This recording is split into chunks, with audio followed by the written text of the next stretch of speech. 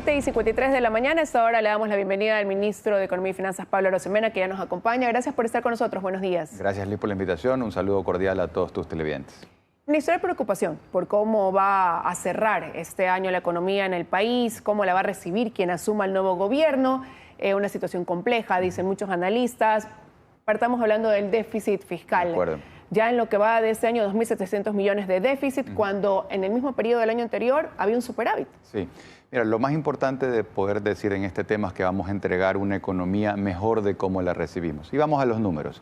El déficit fiscal, que es lo que tú me planteas, que es la diferencia entre ingresos y gastos, lo ideal sería que hubieran más ingresos que gastos, pero hay más gastos que ingresos en el ECOR desde los últimos 15, 20 años. Cuando nosotros llegamos al poder, el déficit fiscal era de 7,7 puntos del Producto Interno Bruto, redondeemos 8 puntos del PIB, en plata, más de 8.000 millones de dólares de plata que no había, que faltaba, ese era el hueco. Cerraremos este año con un déficit de alrededor del 2,5%, o en plata, en números absolutos, alrededor de 3.200, 3.500 millones de dólares. Primera cosa. Segunda cosa es el tema de la deuda, porque ese es el primo hermano en las finanzas públicas, déficit, o sea, la parte presupuestaria y el financiamiento. En términos de deuda en relación al Producto Interno Bruto, cuando el presidente Guillermo Lasso llega al gobierno, la deuda era 61,5% del PIB. Estamos hablando de mayo del 2021. Cerraremos en diciembre del 2023 en 55%. Es decir, hemos logrado bajar la deuda a pesar de un contexto sumamente difícil. Ha caído el precio del petróleo, fenómeno del Niño, etcétera.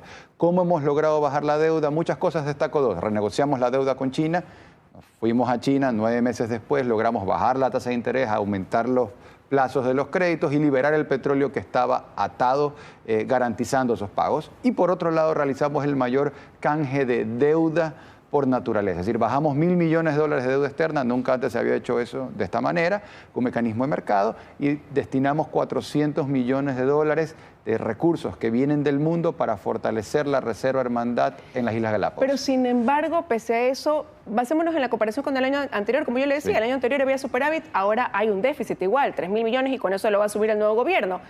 Ahora seguimos endeudándonos, se reduce una deuda, pero sin embargo, para cubrir lo que tengamos que cubrir, hay que recurrir a préstamos para poder tener ese flujo. Sí, dos cosas. Mientras tienes déficit, necesitas financiar el déficit.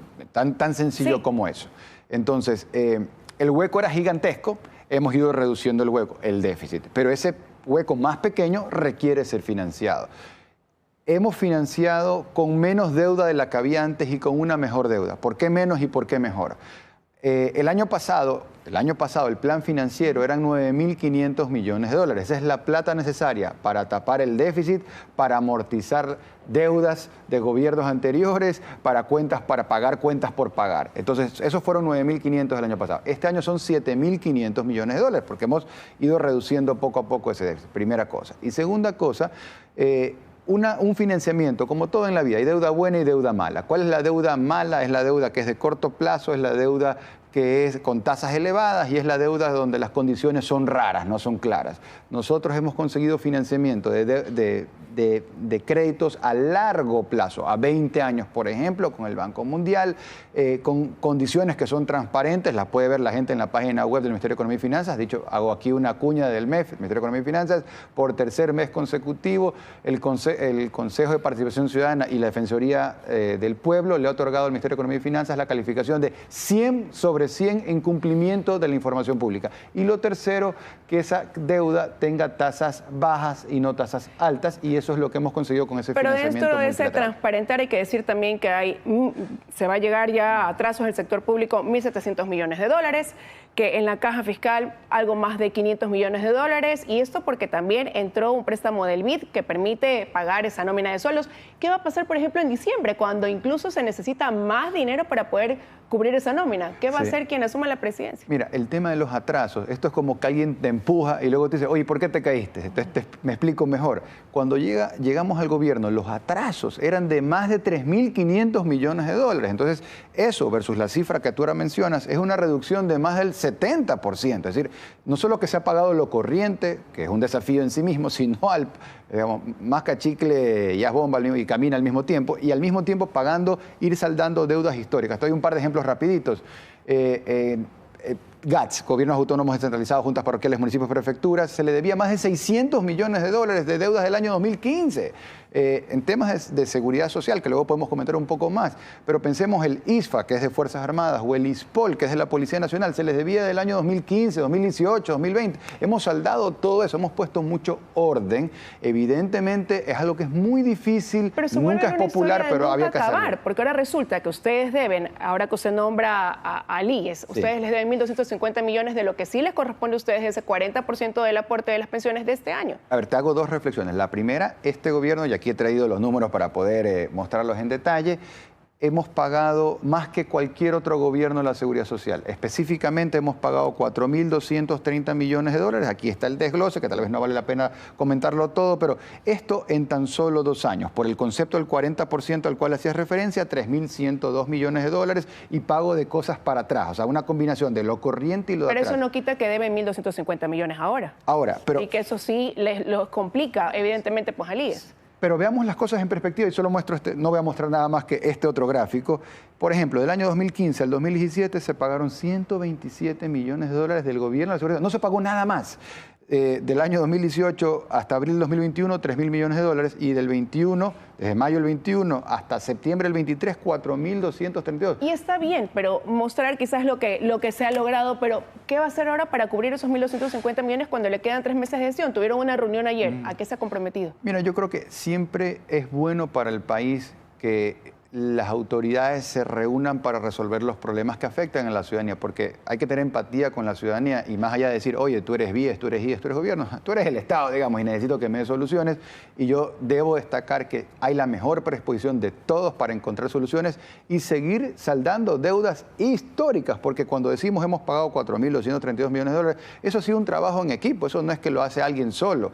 Hemos trabajado en equipo con la Seguridad Social, nos hemos puesto de acuerdo y hemos saldado deudas históricas. Ahora, ¿cuál es el acuerdo? Confío en la capacidad que tenemos los ecuatorianos para encontrar soluciones sin tampoco aspirar a soluciones mágicas. ¿Pero va a poder este gobierno cubrir eso o se lo va a dejar para que lo cubra quien asuma en diciembre? Quisiera que veamos algo en perspectiva. Si nosotros, en vez de pagar deudas del año 2011, 2016 que tenía el gobierno con la Seguridad Social, solamente estuviéramos pagando lo corriente, pues no se debería ni un centavo. O sea, es importante entender que hemos pagado más de lo de nuestro periodo. Pero ahora le están reclamando este pago. Está bien, les ha dicho. Está bien, pero es importante también ver las cosas en perspectiva. Nadie ha pagado más que este gobierno de la Seguridad Social. Absolutamente nadie en tan poco tiempo. Y luego estamos en una situación donde hay recursos que se han priorizado para el fenómeno del Niño por obvias razones. Hay recursos que se han priorizado para seguridad por obvias razones. El presupuesto de seguridad son 3.400 millones de dólares. Nunca antes se ha destinado tantos recursos. Y luego está el tema de que ha habido menos plata que ha venido por concepto del precio del petróleo, porque se cayó el precio del petróleo, ahora último ha subido, pero no alcanza a compensar la caída de 7, 8 meses de donde estuvo por debajo de lo presupuestado y donde valga la ocasión para recordar que la asamblea extinta, la que nadie recuerda, quería que pongamos el precio en 95, eso hubiera sido un disparate porque el hueco hubiera sido gigantesco. ¿Qué va a pasar ahora entonces con esto que está deudando?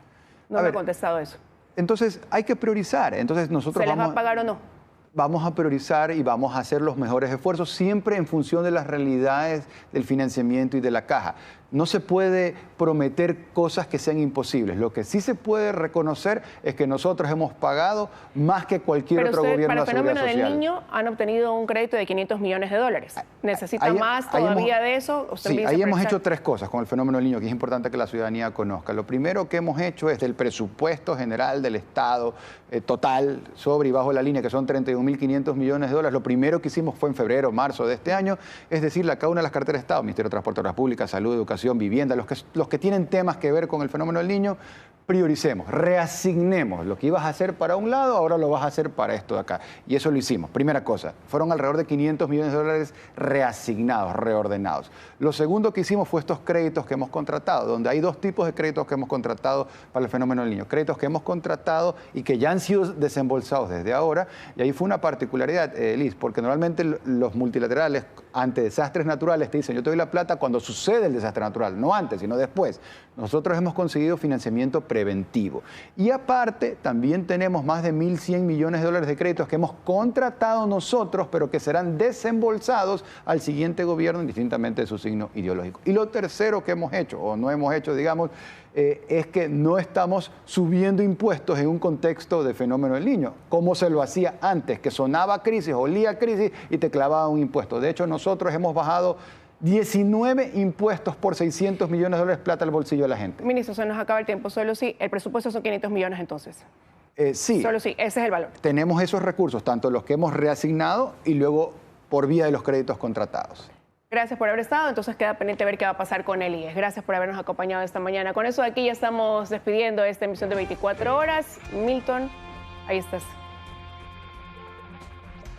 Luis, nos vemos. Buen fin de semana. Nos vemos el lunes en este horario. Vienen las noticias locales. Tenga buen día. Buenos días.